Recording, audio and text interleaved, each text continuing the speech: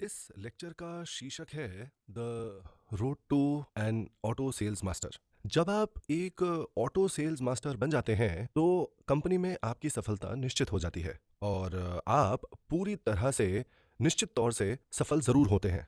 ये आप लोगों का अल्टीमेट गोल होना चाहिए क्योंकि आखिरकार यही एक चीज़ है जो आपको यहाँ पर हासिल करनी है। ये वो फाइनल गोल है जो आपको हासिल करना होगा अपनी खुद की मेहनत से। इसीलिए मैं दोबारा आप लोगों को बता रहा हूँ कि सबसे महत्वपूर्ण है सेल्स मास्टर बनना, या जिसे हम कहते हैं ऑटो सेल्स मास्टर। जब आप एक ऑटो सेल्स मास्टर बन जाते हैं तो कमीशन के तौर पर आप हर महीने 2000 से $4000 कमा सकते हैं बड़ी आसानी से। आप शायद सोचेंगे कि मुझे तो बताया गया था कि मैं 30,000 से $50,000 हर महीने कमा सकता हूँ यहाँ पर, और आप है कि मुझे ये कह रहे हैं कि मैं अपना लक्ष्य तय करूँ 2000 से $4000 हर महीने के लिए। पर दरअसल अल्टीमेट गोल से मेरा मतलब ये है कि ये वो आखिरी लक्ष्य है जो आपको हासिल करना होगा खुद से, अपने खुद के प्रयासों से। अब इसके बाद का जो कुछ भी है, वो आपको अपने आप ही मिलता चला जाएगा यहाँ पर। तो मेरा कहना ये है कि अगर सोचिए आपको डायमंड मास्टर बनना है, अपने अकेले के प्रयासों से इसे हासिल करना बहुत ज़्यादा मुश्किल होगा आपके लिए। इसके बजाय आपको एक ऑटो सेल्स मास्टर बनने की बहुत ज़्यादा ज़रूरत है। फिर होगा ये कि जो लोग अपने आप ऑटो सेल्स मास्टर्स बन सकते हैं, वो खुद ही आपके पास काम करने आ जाएँगे और वो खुद आपके साथ जुड़ने लगेंगे। और एक बार जब ऐसे लोग आपके लेफ्ट और राइट में जुड़ जाएँगे, तब होगा ये कि आप अपने आप आगे बढ़ जाएँगे और आप एक ऑटो डायमंड मास्टर बन जाएँगे। इसीलिए जो आपके लिए सबसे ज़्यादा ज़रूरी है करना, वो ये कि आप अपना मुख्य लक्ष्य बनाइए एक ऑटो सेल्स मास्टर बनने का। मैं फिर से दोहराता हूँ कि ये बहुत ज़्यादा ज़रूरी है। तो अब ऑटो सेल्स मास्टर बनने के लिए क्या करना पड़ेगा? आपको 2.5 मिलियन पीवीज़ अर्जित करने होंगे और ये आपको अपने लेफ्ट साइड और राइट साइड दोनों तरफ करना है। और ये आपको हर महीने में 2 बार करना है, अगर दूसरे शब्दों में कहूँ तो हर 15 दिन में। जो क्लोजिंग है वो हर महीने की 15 तारीख को और हर महीने की आखिरी तारीख को की जाती है। तो हर महीने आपको 5 मिलियन पीवी चाहिए दोनों साइड पर, है ना? एक ऑटो सेल्स मास्टर बनने के लिए बहुत ज़्यादा ज़रूरी है कि आपकी लाइन में ऑटो कंज्यूमर्स ज़रूर हों, मतलब आपके साथ ऑटो कंज्यूमर्स जुड़े हुए हों।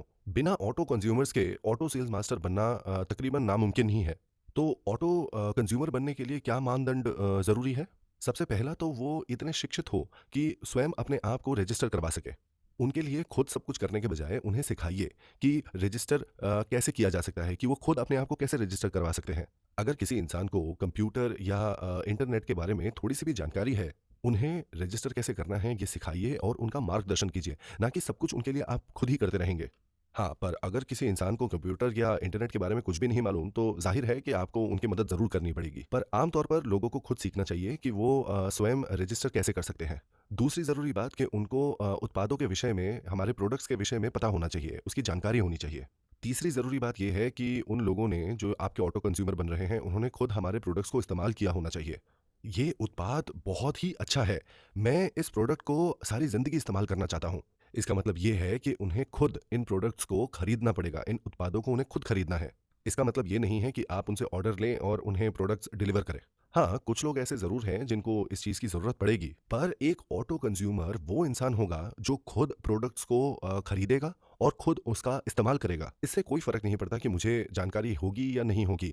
वो ऐसे इंसान होने चाहिए, ऑटो कंज्यूमर ऐसे लोग होने चाहिए जिनके पास खुद इच्छा हो और जो खुद अपने प्रोडक्ट्स खरीदें और उनका इस्तेमाल करें। ऐसा करने के लिए हमें उनको हमारे प्रोडक्ट्स के बारे में जानकारी देनी पड़ेगी, है ना? हमें उन्हें ये बताना पड़ेगा कि हमारे प्रोडक्ट्स कितने अच्छे हैं, है ना?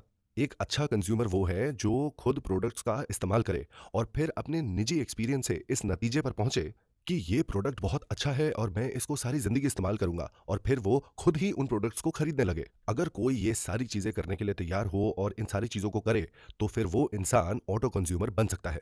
अगली चीज़ जो इस इंसान को करनी है वो ये है कि वो 5वीं बात पर अमल करे, जो कि है कि वो एक ऐसा इंसान बने जो दूसरे लोगों को इन प्रोडक्ट्स के बारे में बताए, दूसरे लोगों के साथ इन प्रोडक्ट्स को साझा करे। एक बार जब आप इन लोगों को प्रशिक्षित कर सकते हैं ऐसा करने के लिए, तो फिर ये लोग बन जाते हैं ऑटो कंज्यूमर्स। दूसरे शब्दों में कहूँ तो जो लोग खुद प्रोडक्ट्स खरीदते हैं और खुद उनका इस्तेमाल करते हैं और फिर उन प्रोडक्ट्स के बारे में दूसरे लोगों को बताते हैं और दूसरे लोगों को इन प्रोडक्ट्स के बारे में जानकारी देते हैं, उन लोगों को आखिरकार हम क्या कहते हैं? बिल्कुल सही, उन लोगों को हम कहते हैं ऑटो कंज्यूमर्स, ऑटो कंज्यूमर्स। हमें ऐसे ऑटो कंज्यूमर्स की ज़रूरत पड़ती है हमारे लेफ्ट और राइट साइड में। तो अब ज़रूरी बात ये आती है कि हमें कितने ऐसे ऑटो कंज्यूमर्स की ज़रूरत पड़ती है। आमतौर पर जब एक कंज्यूमर हमारे प्रोडक्ट्स का इस्तेमाल करता है, वो तकरीबन 15 दिनों में 50,000 पीवी इस्तेमाल करता है और 1 महीने में तकरीबन 1 लाख पीवीज़ का इस्तेमाल करता है। उदाहरण के तौर पर एक कॉस्मेटिक सेट को 2 से 3 महीने तक इस्तेमाल किया जा सकता है। अगर हम एक्सक्लूसिव डिस्ट्रीब्यूटर प्राइस की बात करें तो ये होगा तकरीबन 25,000 पीवीज़। और अगर ये लोग हेमो हिम का एक डब्बा 1 महीने में इस्तेमाल कर लेते हैं, तो ये होगा एक और 25,000 पीवीज़। इसके बाद अगर हम टूथब्रश या टूथपेस्ट या और भी दूसरे प्रोडक्ट्स को जोड़ने लगे, तो फिर ये तकरीबन कुछ और हज़ार पीवीज़ ज़रूर बन जाएँगे जो कि हमारे खाते में जुड़ जाएँगे। एक कंज्यूमर इन प्रोडक्ट्स का इस्तेमाल तो ज़रूर करेगा, पर उसके परिवार में दूसरे सदस्य भी तो है ना? तो वो जो दूसरे परिवार के सदस्य हैं, वो भी इन प्रोडक्ट्स का इस्तेमाल तो करेंगे ही ना। पर हाँ, कुछ केसेज़ ऐसे भी हैं जहाँ पर एक परिवार में सिर्फ़ एक ही महिला है। पर कुछ परिवार ऐसे भी तो होंगे जहाँ पर बेटियाँ, माएँ, बहनें सब एक साथ रहते हैं और वो इन प्रोडक्ट्स को एक साथ इस्तेमाल करेंगे। अमूमन एक परिवार 1 सेट ज़रूर इस्तेमाल करेगा।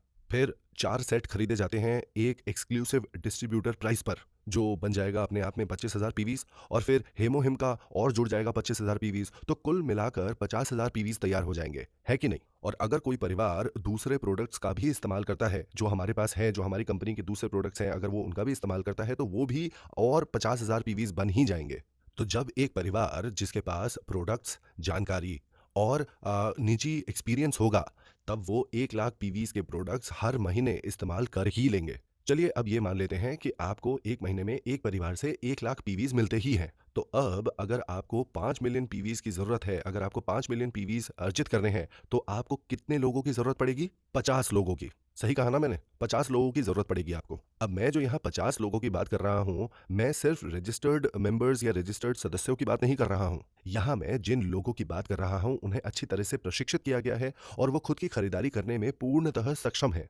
एक बार जब आपको ऐसे लोग मिल जाएँगे, तो आप ऑटो सेल्स मास्टर बहुत जल्द बन सकते हैं। तो अगर आपके पास 50 ऑटो कंज्यूमर्स हैं, तो आप हर 15 दिन में 2.5 मिलियन पीवीज़ अर्जित कर सकते हैं।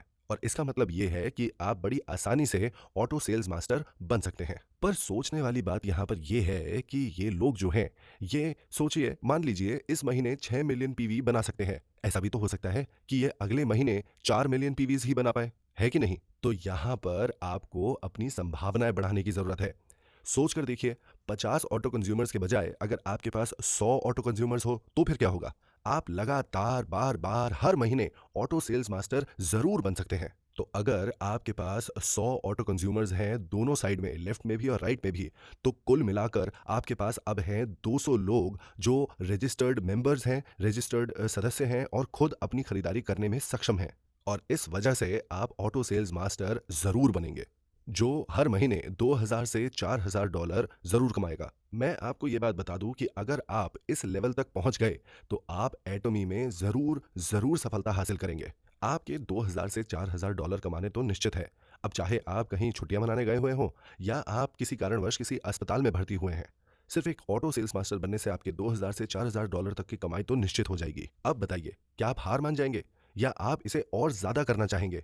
बताइए। असल में जब आप इस स्तर तक पहुँच जाएँगे, जब आप इस लेवल तक पहुँच जाएँगे, तब आपको इस बिज़नेस में बहुत मज़ा आने लगेगा। अगर एक इंसान को किसी चीज़ में बहुत मज़ा आ रहा है, तो वो लगातार उसके बारे में बात करता है कि नहीं? हाँ, बिल्कुल, वो यही करता है। वो बार-बार उस चीज़ के बारे में बात करता रहता है। अब जब आप 2,000 से $4,000 प्रति माह कमा रहे होंगे, तो आपके डाउनलाइन्स क्या कुछ नहीं कमा रहे होंगे? नहीं, ऐसा बिल्कुल भी नहीं है। आपके कुछ डाउनलाइन्स $200 कमाएँगे और कुछ डाउनलाइन्स ऐसे होंगे जो 400 से $600 भी कमाएँगे। एक परिवार की कमाई में $500 की बढ़त होना, ये एक बहुत बड़ी बात होती है। और अगर कोई बदलाव आता है, तो ज़्यादातर वो एक बहुत बड़ा बदलाव ही होता है। अगर आप 1 महीने के घर के सामान की खरीदारी में $500 ज़्यादा खर्च करते हैं, तो आपका परिवार अच्छे पकवानों का लुत्फ़ ज़रूर उठाएगा। आपकी जीवन की गुणवत्ता, आपकी लाइफ़ की क्वालिटी काफ़ी हद तक बदल सकती है। सोच कर देखिए कि अगर आपकी कमाई में $500 बढ़ जाते हैं, तो ऐसा भी हो सकता है कि आपका घर भी बड़ा हो जाए। ऐसा हो सकता है। ये हो सकता है कि आप अपने घर को थोड़ा-सा बड़ा करें। तो अब ये सोचकर देखिए कि आपके जो डाउनलाइन हैं, आपके लेफ्ट साइड में, आपके राइट साइड में जो आपके डाउनलाइन हैं, जो $300 से $1,000 के आस-पास कमाएँगे, क्या वो भी 2,000 से $4,000 कमाने की तरफ बढ़ेंगे? हाँ, बिल्कुल वो आगे बढ़ेंगे, क्योंकि आगे बढ़ना बहुत अच्छी बात होती है। एकदम शुरुआती दौर में बहुत सारा पैसा कमाना हमेशा दरअसल बहुत अच्छी बात नहीं होती है। ये कुछ ऐसा बिज़नेस नहीं है या ऐसा कोई काम नहीं है जहाँ आपको हर दिन समय पर ऑफ़िस जाना पड़ेगा। आप अपनी मर्ज़ी से अपने समय का इस्तेमाल कर रहे हैं और ना ही आपको बहुत ज़्यादा बड़े किसी निवेश की ज़रूरत है। और ऐसा भी नहीं है कि इस व्यवसाय में आप बहुत बड़ा कोई जोखिम उठा रहे हैं। तो आप मुझे बताइए कि ऐसी परिस्थिति में कौन ऐसा इंसान होगा जो कुछ हज़ार डॉलर नहीं कमाना चाहता होगा? एक बार जब आप ऑटो सेल्स मास्टर बन जाते हैं तो मैं आपको बता दूं कि कई चीजें ऐसी हैं जो खुद ब खुद यहां पर होने लगती हैं। अब बात यह भी है कि अगर आपने अपना लक्ष्य बहुत ऊंचा रखा है तो आप ये सोचेंगे कि हे भगवान, ये 50,000 डॉलर मेरे लिए कमाना मुमकिन है भी या नहीं। चलो एक काम करता हूं, मैं अपने लक्ष्य को उतार के 30,000 डॉलर पे ले आता हूं। अब आप मुझे बताइए कि ये 2,000 से 4,000 डॉलर कमाने के लक्ष्य को पाना कितना असंभव है, और दोनों तरफ डाउनलाइन के तौर पर 100 लोगों का होना। अब अगर आप कहीं पर ये सुने कि कोई ऐसा इंसान है जिसके डाउनलाइन में 1,000 लोग हैं दोनों तरफ, या ऐसा कि 10,000 लोग हैं उसके डाउनलाइन के तौर पे दोनों तरफ, आप सोचेंगे कि अरे वाह! क्या मैं ये कर पाऊँगा? 1,000, 10,000 ये संख्या बहुत बड़ी होती है, पर 100 से 200 लोग आपके डाउनलाइन के तौर पर तो हो ही सकते हैं, ये तो मुमकिन ही है ना? पर जब मैं आपकी तरफ देखता हूँ, तो मुझे ऐसा लग रहा है कि 100-200 लोगों से भी आपको बड़ी दिक्कत आ रही है, आपके लिए ये भी बड़ा मुश्किल दिखाई दे रहा है। हालाँकि ये 100-200 लोगों को ढूँढने का एक तरीका होता है, ये मुश्किल नहीं है। क्यों? आप खुद इन 100-200 लोगों को ढूँढने नहीं निकलेंगे, आपको ये अकेले नहीं करना है। ये तो मेरे लिए भी बहुत बड़ी मुश्किल की या दुविधा वाली बात होगी कि मैं अकेले 100 से 200 लोगों को ढूँढूँ अपना डाउनलाइन बनाने के लिए। आपको पता है, जब मैंने ये कंपनी शुरू की थी, मैं पहला इंसान था जो लोगों को रिक्रूट कर रहा था, है कि नहीं? मुझे खुद लोगों को ढूँढना पड़ता था। मुझे उनको बताना होता था कि ये बिज़नेस या ये व्यवसाय क्या है। मुझे उनको कहना पड़ता था कि हमारे प्रोडक्ट्स का इस्तेमाल करें, और फिर मुझे उन्हें इस चीज़ के लिए भी कहना पड़ता था कि आइए मेरे साथ मिलकर आप भी इस व्यवसाय को कीजिए। तो अब ये बताइए कि मेरी बात सुनकर आपको क्या लगता है कि कितने लोग ऐसे होंगे जो मेरे साथ मिलकर इस व्यवसाय को करने के लिए तैयार थे या मेरे साथ चलने के लिए तैयार थे इस सफ़र पर? 17 लोग? नहीं, नहीं, 17 लोगों से भी कम थे। मैंने 17 लोग खुद अपने आप से रिक्रूट नहीं किए थे।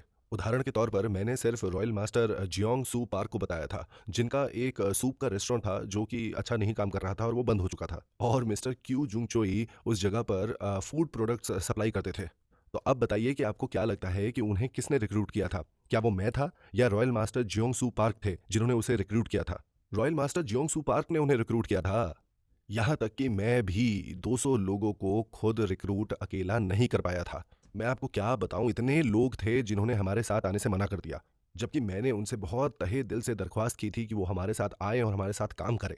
मैंने कई सौ लोगों को फ़ोन किया था और उन्हें बताया था कि मैं ये बिज़नेस तैयार कर रहा हूँ, मैं ये व्यवसाय शुरू करने जा रहा हूँ। प्लीज़ आइए और हमारे इन प्रोडक्ट्स का इस्तेमाल कीजिए। फिर भी इतने सब के बाद कुछ ही लोग थे जो आए। अब ये जो 5-6 लोग थे जो आए थे, यही वो लोग थे जिन्होंने दूसरे सदस्यों को रिक्रूट किया था, जिन्होंने दूसरे सदस्यों को इस व्यवसाय में हमारे साथ जोड़ा। तो जब मैं आपको 200 लोगों को रिक्रूट करने के लिए कहता हूँ, मैं आपको ये नहीं कह रहा कि उन 200 लोगों को खुद बाहर जाके अकेले ढूँढिए। एक बार जब आप अपने जान-पहचान के लोगों को रिक्रूट करना शुरू कर देते हैं, या ऐसे लोगों को भी जिनके साथ आपकी जान-पहचान नहीं है, तो आपको क्या लगता है कि लोग आपकी बात सुन के आपके साथ चल पड़ेंगे? नहीं, ऐसा बिल्कुल नहीं होगा। अगर किसी इंसान ने एक सुपरमार्केट में $2 लाख का निवेश किया है, आपको क्या लगता है वो सिर्फ आपके कह देने से ही आपके साथ चल पड़ेगा? मेरी मानिए, ऐसा बिल्कुल नहीं होगा। वो इंसान तब तक आपके पास नहीं आएगा जब तक वो हार नहीं जाता, या फिर उसके पास जब तक आपके लिए वक़्त नहीं निकल आता। दरअसल ज़्यादातर लोग ऐसे ही होते हैं। आप सारी रात सोचते रहते हैं अपने व्यवसाय के बारे में उन्हें बताने के लिए, और जब आप उन्हें बताते हैं तो फिर वो मना कर देते हैं। और फिर आप सोचते हैं, मुझे मालूम था यही होने वाला था। उस इंसान ने आपको मना कर दिया ये करने से क्योंकि उसके पास कोई वजह थी ये ना करने की। पर आप शायद सोचेंगे कि ये बिज़नेस या ये व्यवसाय बहुत मुश्किल है करना। एटमी जैसे व्यवसाय को करना हर किसी के बस की बात नहीं है। सोचकर देखिए, इस देश को कौन लीड करेगा? स्कूल करेंगे क्या? अगर दूसरे शब्दों में कहूँ तो ये व्यवसाय हर कोई नहीं कर सकता है। कुछ लोग ऐसे होंगे जिनको ये व्यवसाय करना ही है। हमारा काम है ऐसे लोगों को ढूँढ कर निकालना। और जब आप लोगों को मनाने लगते हैं तब ये बहुत ज़्यादा थकाने वाला काम हो जाता है। आप बहुत जल्दी थकने लग जाते हैं। तो मेरा सुझाव ये है कि इस बारे में बहुत ज़्यादा मत सोचिए और उन्हें बस इस व्यवसाय के बारे में बता दीजिए, उन्हें बस जानकारी दे दीजिए। बस इस व्यवसाय के बारे में बताइए, और फिर क्या होगा? जो लोग इस व्यवसाय को करना चाहते हैं, वो खुद ब खुद सामने आने लगेंगे। अब सबसे अच्छा तरीका क्या है इस व्यवसाय के बारे में उन्हें बताने के लिए? यही कि उन्हें 1 डे सेमिनार, 1 दिन के सेमिनार के लिए आमंत्रित कीजिए। या फिर उन्हें सक्सेस अकेडमी में आमंत्रित कीजिए। आप उन्हें ये कह के आमंत्रित कर सकते हैं कि आप आइए और इसके बारे में सुनिए। अगर वो पूछे कि ये किस बारे में है, तो उन्हें सब कुछ विस्तार में समझाने की कोशिश मत कीजिए। बस उन्हें इतना कह दीजिए कि मैं लेक्चर से बहुत आश्चर्यचकित हो गया था। मेरे पास तो शब्द ही नहीं है वो सब कुछ समझाने के लिए। वो सच में एकदम ही अद्भुत अनुभव था। आप खुद ही वहाँ जाकर इसके बारे में क्यों नहीं पता लगा लेते? आप वहाँ जाइए और सुनिए और पता लगाइए कि क्या ये करने लायक है भी या नहीं। और अगर ये करने लायक नहीं है, तो आकर आप मुझे भी विश्वास दिलाइए कि ये करना नहीं चाहिए मुझे। अगर आप लोग उन्हें ऐसे कहेंगे कि हम साथ में जाएँगे और साथ में ही फैसला लेंगे, इनमें से कुछ लोग ऐसे ज़रूर होंगे जो सोचेंगे, अरे वाह! यही तो वो चीज़ है जिसे मैं इतने वक़्त से ढूँढ रहा था। तो जहाँ एक तरफ आपकी इस बारे में सिर्फ़ दिलचस्पी हो सकती है, कुछ लोग ऐसे भी हो सकते हैं जो इस चीज़ को कितने वक़्त से ढूँढ रहे हैं, इसकी तलाश कर रहे हैं और वो इस व्यवसाय को करना ही चाहते हैं। और उनमें से कुछ लोग ऐसे भी होंगे जिनकी विचारधारा बिल्कुल ही अलग होगी। उन्हें खुद इसके बारे में मालूम ही नहीं होगा। ये वो लोग होंगे जिनको विश्वास ही नहीं होगा कि ये व्यवसाय इतना अच्छा या इतना बढ़िया हो सकता है। इसका मतलब है कि ऐसे भी लोग हैं जिनके अंदर की प्रतिभा अभी तक उजागर ही नहीं हुई है। उनकी प्रतिभा को आज तक कोई ढूंढ ही नहीं पाया था। पर जब उनको एटमी जैसा बिजनेस मिलता है तो उनकी प्रतिभा तीव्र गति के नदी की तरह बहने लगती है। मैंने एक बार ये कहानी सुनी थी। किसी ने सोचा कि मैं कोशिश करूंगा ऑफिस में पहुंचने वाला सबसे पहला बंदा मैं हूं। तो वो बहुत सुबह सुबह ऑफिस पहुंच गया और उसने देखा कि बाकी सब लोग वहां पे पहले से ही मौजूद थे। अगले दिन वो 1 घंटे और पहले आया, पर आकर देखता है कि लोग अभी भी वहीं पर ही है। उसने सोचा कि अरे यार, ये लोग तो सच में बहुत जल्दी आते होंगे। अगले दिन वो और भी ज्यादा जल्दी आया, पर अभी भी उसने देखा कि लोग पहले से ही मौजूद थे। उसने फिर किसी से पूछा कि अरे तुम लोग आते कितने बजे हो यहाँ पर? उन्होंने जवाब दिया, अरे भाई, हम तो कल रात घर वापस ही नहीं गए थे। इसका मतलब कि उन्होंने सारी रात जाकर काम किया। इन लोगों की तरह आपको भी कभी कभार अपनी जिंदगी में ऐसा जुनूनी होना पड़ता है अपनी सफलता को हासिल करने के लिए। आपकी आंखों में एक तरह की आग होनी चाहिए। अगर आप ऐसा करते हैं तो सफलता अर्जित करना आसान हो जाता है। कभी कभार ऐसे लोग होते हैं जो सोचते हैं कि पता नहीं मैं ये कर सकता हूँ या नहीं, बहरहाल चलो पता लगाता हूँ कोई और है जो इसे कर सकता है। दूसरे लोगों से भी बात करके देख लेते हैं कि क्या वो ये करना चाहते हैं या नहीं। ये लोग ज़्यादातर इसी तरीके से बात करते हैं या इसी तरीके से व्यवहार होता है इनका। पर कभी कभार पूरी तरह किस्मत के खेल से ये लोग किसी ज़बरदस्त इंसान से टकरा जाते हैं। आपको पता है, ज़्यादातर लोग ये सोचते हैं कि उन्हें जो वो कर रहे हैं उसमें बहुत अच्छा होना चाहिए। तो वो सोचते हैं कि मैं इसमें अच्छा नहीं हूँ या मैं वो अच्छी तरह से नहीं कर सकता, और हर चीज़ का दोष वो अपने ऊपर ले लेते हैं। पर दरअसल किसी की सफलता की अगर बात करें तो उसकी काबिलियत जो है उसका मूल्य सिर्फ 1% ही होता है। ये बात सच है कि आप अपने निजी संबंधों से सफलता को हासिल नहीं कर सकते हैं। मुझे एक बात बताइए कि कहीं पर अगर 1000 लोग खड़े हैं तो आप उनमें से कितने लोगों को उसी वक्त या अपने निजी तौर पर पहचानते होंगे? आज यहाँ पर इतने सारे लोग हैं, पर आप में से कितनों को मैं पहचानता था या जानता था इस कंपनी को शुरू करने से पहले? कुछ गिने-चुने लोग ही थे जिन्हें मैं जानता था। आज यहाँ पर कुछ हज़ार लोग मौजूद हैं, पर मैं सिर्फ़ कुछ चुनिंदा लोगों को ही पहचानता हूँ। हर कोई किसी न किसी दूसरे इंसान को पहचानता है, जो किसी और इंसान को पहचानता है, जो कि आगे चलकर देखते-देखते धीरे-धीरे मेरे तक आकर पहुँचता है, जिसे मैं पहचानता हूँ। इसीलिए मैं ये कह रहा हूँ कि आप सिर्फ अपनी काबिलियत पे या सिर्फ अपने जान-पहचान के लोगों के दम पर ही सफलता को हासिल नहीं कर सकते हैं। पर हाँ, अगर आपके पास काबिलियत है, तो आपको ये व्यवसाय ज़रूर करना चाहिए। क्यों? सिर्फ हर महीने की तनख्वाह लेकर अपनी काबिलियत को सीमित मत कीजिए। इसी वजह से इस व्यवसाय को कीजिए और अपनी काबिलियत के साथ-साथ अपने जीवन को भी बड़ा बनाइए। और वो लोग जिन्हें लगता है कि उनके पास किसी भी तरह की कोई काबिलियत नहीं है, आपको भी ये व्यवसाय करना ही चाहिए। क्यों? मैं बताता हूँ। आप बिना किसी काबिलियत के और क्या काम करेंगे? आप कुछ और करके अपनी जीविका अर्जित तो नहीं कर पाएँगे। तो अगर आपको लगता है कि आपके अंदर किसी भी तरह की कोई काबिलियत नहीं है, तो आपको तो एटॉमी ज़रूर करना चाहिए। चलिए मान लीजिए आप आधे समझदार इंसान हैं। ज़्यादातर होगा ये कि आपके आस-पास के लोग भी आधे समझदार ही होंगे। आधे समझदार यहाँ पर और कुछ आधे समझदार यहाँ पर, और फिर ठीक उनके पास थोड़े से समझदार यहाँ पर भी, आधे समझदार, और कुछ समझदार आधे-आधे यहाँ पर भी। और ये आधे-आधे समझदार मिलकर पूर्णतः समझदार बन जाएँगे। ये इंसान सोचेगा कि अरे वाह! क्या बढ़िया बिज़नेस है ये।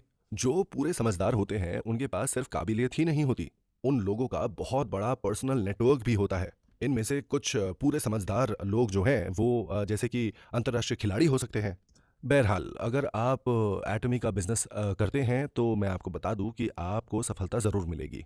आपको करना क्या है? आपको इसमें लगे रहना है। आपको इसमें तब तक लगे रहना है, जब तक आप एक पूरे समझदार तक पहुँच ना जाते हों।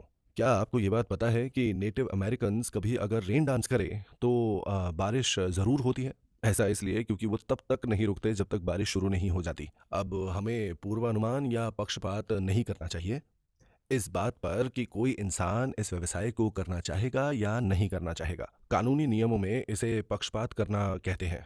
उदाहरण के तौर पर मान लीजिए कि कोई इंसान चोर की तरह दिखता हो। अगर ये इंसान कोर्ट में जाता है किसी मुकदमे के लिए, उसे ज़्यादातर उस गुनाह के लिए गुनहगार ठहरा ही दिया जाएगा। एक स्टडी की गई थी ये देखने के लिए कि ठीक इन्हीं परिस्थितियों में एक खूबसूरत महिला के साथ क्या होता है। ज़्यादातर इन खूबसूरत महिलाओं को कम जुर्माना भरना पड़ा, कम खूबसूरत लड़कियों के मुकाबले। इन खूबसूरत महिलाओं के चांसेस ज़्यादा थे कि उन्हें गुनहगार नहीं घोषित किया जाएगा। क्यों? ज़्यादातर जज जो थे वो पुरुष थे और उन्होंने पहले से ही इस पे निर्णय ले लिया कि इतनी खूबसूरत महिला जो है, इतने घिनौने कार्य और ऐसी वारदातें नहीं कर सकती है और उन्हें भरोसा था कि ऐसा हो ही नहीं सकता।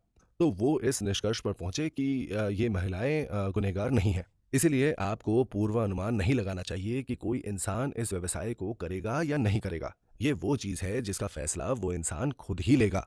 इसे कहा जाता है लॉ ऑफ ओन माइंड।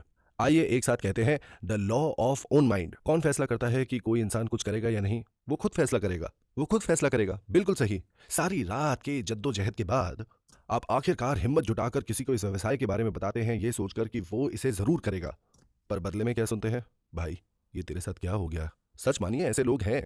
या आप शायद ये सोच सकते हैं कि मुझे नहीं लगता है कि ये इंसान इस व्यवसाय को करेगा, पर चलो इसे बताने में कोई हर्ज तो नहीं है, चलो बता ही देता हूँ। और शायद उसका जवाब हो, अरे! यही तो वो व्यवसाय था जिसको मैं इतने वक़्त से ढूँढ रहा था। फिर से कौन इस फैसले को लेता है कि वो ये करेंगे या नहीं? वो खुद लेंगे ये फैसला। और किसका दिमाग फैसला लेता है उन्हें बताने का?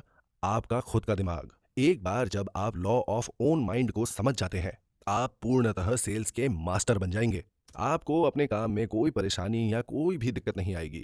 फिर लोग किस चीज़ के ऊपर इतना ज़्यादा परेशान होते हैं? मुझे क्या कहना चाहिए? अगर मैं इसके बारे में बात करूँगा तो उन्हें कैसा लगेगा? यही कुछ सवाल है जिसके ऊपर आपके रातों की नींद उड़ जाती है। फिर वो लोग सुबह नींद से जागेंगे और पहली चीज़ सोचेंगे, अरे यार ये सेल्स का काम तो बहुत ज़्यादा मुश्किल है। उन्होंने अभी तक कुछ किया नहीं है और वो पहले से ही चिंतित थे। ये बात सोचकर कि दूसरा इंसान उनके बारे में या उनके व्यवसाय के बारे में क्या सोचेगा। सच कहूँ तो ऐसा व्यवहार किसी भी व्यवसाय के लिए मददगार साबित नहीं होता है। इस बात की बिल्कुल फिक्र मत कीजिए कि दूसरा इंसान क्या सोचेगा। सिर्फ जाकर उनसे बात कीजिए क्योंकि वो इंसान ऐसा है जिसको इस बारे में सोचने की ज़्यादा ज़रूरत है, आपको नहीं। अगर आप किसी इंसान को इस बारे में नहीं बताएँगे, इस व्यवसाय के बारे में नहीं बताएँगे और बस सोचते रहेंगे कि वो इसके बारे में क्या सोचेगा, तो ये आपके किस काम का होगा? इसके बजाय हर किसी से बात कीजिए। ज़्यादा सोच-विचार मत कीजिए, लोगों से बस सीधे जाकर बात कीजिए। यहाँ तक कि बाइबल में भी कहा गया है कि अपने हर अवसर का लाभ उठाना ही चाहिए आपको। तो बिना ज़्यादा सोच-विचार के लोगों से जाकर बात कीजिए। ऐसा करेंगे तो कौन सोच-विचार करेगा? जिस इंसान को आपने इसके बारे में बताया है। इस तरह से आपको पता चल जाएगा कि वो ये करेंगे भी या नहीं। पर हाँ, अगर आप उन्हें इस बारे में बताएँगे ही नहीं और खुद ही इस बारे में सोच-विचार करते रहेंगे या चिंता करते रहेंगे, तो आप सिर्फ अपना वक़्त और एनर्जी बर्बाद ही कर रहे होंगे। इसीलिए कुशल बनने का सबसे अच्छा तरीका क्या है? वो है किसी भी इंसान को सेमिनार में आमंत्रित करना और इस बात की बिल्कुल फ़िक्र मत कीजिए कि वो इंसान क्या सोचेगा। बस कहिए, "चलो चलते हैं।" अगर वो कहे नहीं, तो फिर आप समझ गए कि ये तो काम नहीं करेगा। क्या आप सिर्फ उस एक इंसान की वजह से सफलता अर्जित नहीं करेंगे?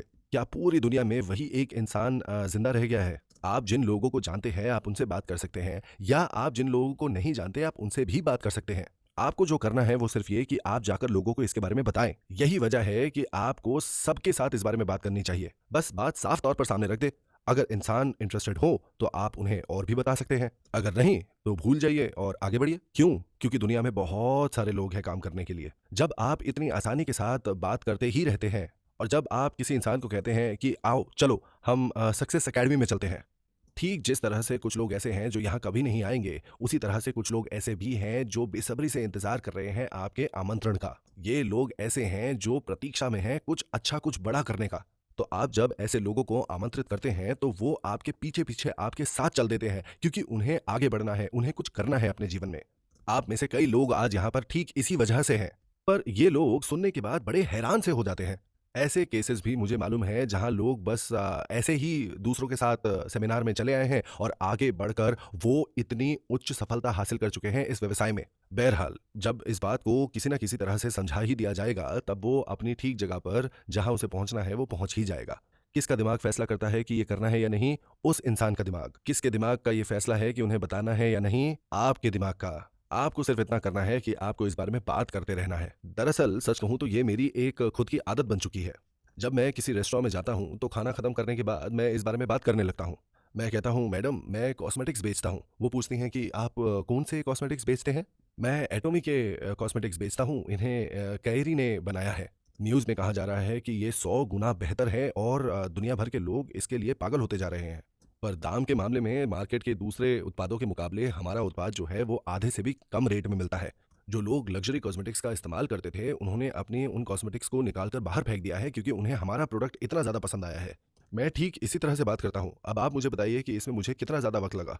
मुझे लगे सिर्फ 17 सेकंड्स। कुछ लोग बात को समझेंगे। हाँ, वो कहेंगे कि हाँ, मैंने इसके बारे में सुना है, और पूछते हैं कि मैं इसे कैसे खरीद सकता हूँ। फिर आप वहां से अपनी बात आगे बढ़ा सकते हैं। कुछ लोग होंगे जिनको इसके बारे में बिल्कुल भी कोई बात नहीं करनी। अगर ऐसा है तो आप बस आगे चलते बनिए। पर अगली बार जब आप जाएंगे तो आपको दोबारा इस बारे में बात ज़रूर करनी चाहिए। बहरहाल, ये बहुत ज़्यादा ज़रूरी है कि आप बार-बार इस बारे में बात करते रहें। ज़रा सोच कर देखिए, अगर कोई इंसान किसी चीज़ के बारे में एक बार बात करता है, तो क्या पहली बारी में ही दूसरा इंसान कहता है, "अरे वाह! मैं तो इस चीज़ को ज़रूर खरीदूँगा"? ऐसा मुश्किल से ही कभी होता है। ज़्यादातर क्या होता है कि वो पहले ही सिरे से मना कर देते हैं इसके लिए, पर हाँ, उनके दिमाग के एक कोने में ये बात रह ज़रूर जाती है। और जैसे ही वो इस बारे में भूलने लगे, आप इस बात को दोबारा शुरू कर दीजिए। इस बार शायद वो इंटरनेट पे इसके बारे में जानकारी ढूँढ कर निकाले, और मान लीजिए वो इसके बारे में किसी और इंसान से सुनती हैं। अगर आप एटमी को नहीं पहचानते हैं, तो कोई अगर इसके बारे में आपके सामने बात भी करे, तो भी आप इसके बारे में ना तो समझ पाएँगे, ना ही आपको कुछ याद आएगा। पर अगर आपने एटमी के बारे में पहले भी कहीं सुना है और कोई आपको आकर कहे कि एटमी के कॉस्मेटिक्स बहुत ही ज़्यादा अच्छे हैं, आप सोचेंगे, अरे रुको, इसके बारे में मुझे किसी ने बताया था। और उस वक्त ये बात आपके दिमाग में पूरी तरह से बैठ जाएगी। वो इंसान जिसको आपने कहा था कि ये बहुत अच्छा है और उसने उस वक्त आपकी बात नहीं मानी, किसी और के मुंह से इसके बारे में सुनने के बाद शायद आपके पास आए और कहे, क्या मैं उन कॉस्मेटिक्स को देख सकती हूँ जिसके बारे में आप पहले बात कर रहे थे? तो आपको कोई भी अवसर नहीं गंवाना चाहिए और जब मौका मिले तब इसके बारे में बात कर लेनी चाहिए।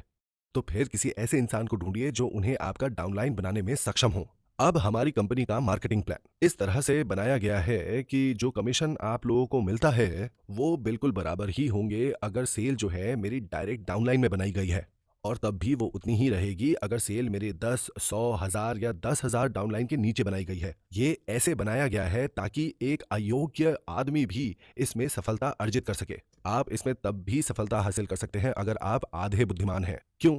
क्योंकि खास तौर पर आधे बुद्धिमान जो हैं, उनके आसपास के लोग भी आधे ही बुद्धिमान होते हैं, जो कि जुड़े होंगे और भी दूसरे आधे बुद्धिमान लोगों से, और इसी तरह से लाइन धीरे-धीरे आगे बढ़ती रहेगी। और अगर ये ऐसे ही नीचे चलती रही तो भी, जब तक कि एक पूर्ण बुद्धिमान प्रकट नहीं हो जाता, इस बात का कोई फर्क नहीं पड़ता कि लाइन कितनी डाउन या कितनी नीचे तक जा रही है।